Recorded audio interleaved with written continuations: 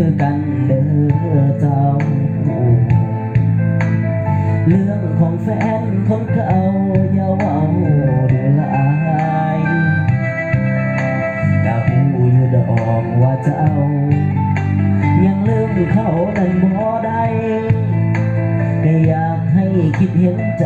แฟนใหม่เจ้าได้ล่ะไอ้นี่ก็คือว่าดีน้ำเจ้าทุกอย่างก็หวังสิลบสิล้างอดีตเขาที่ผ่านมาแต่ฝืนดมเก่าบ่เป่ากะลุกมันถือคือคำเขาว่าสิให้อ้ายตายผุนว่า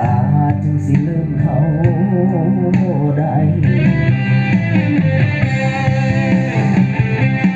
แฟนใหม่ดี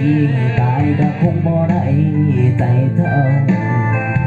คนเป็นแฟนเก่ายังคลองใจเจ้าอยู่ทุกวันแฟนปัจจุบันมันยังสำคัญสำได้คนเป็นแฟนใหม่ก็มีหัวใจคือกันใส่ว่าสิลืมเขาก่อนที่เขาสิมา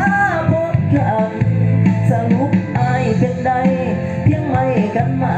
เท่านั้นพอใจเจ้ามัน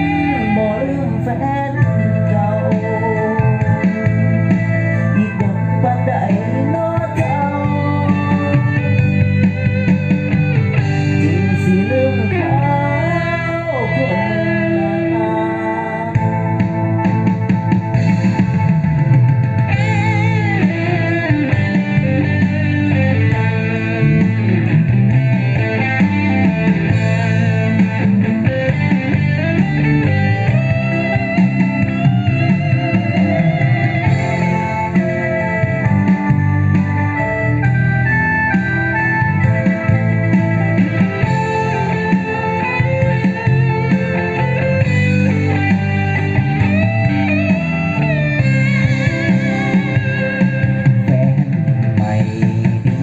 ตายก็คงบ่ได้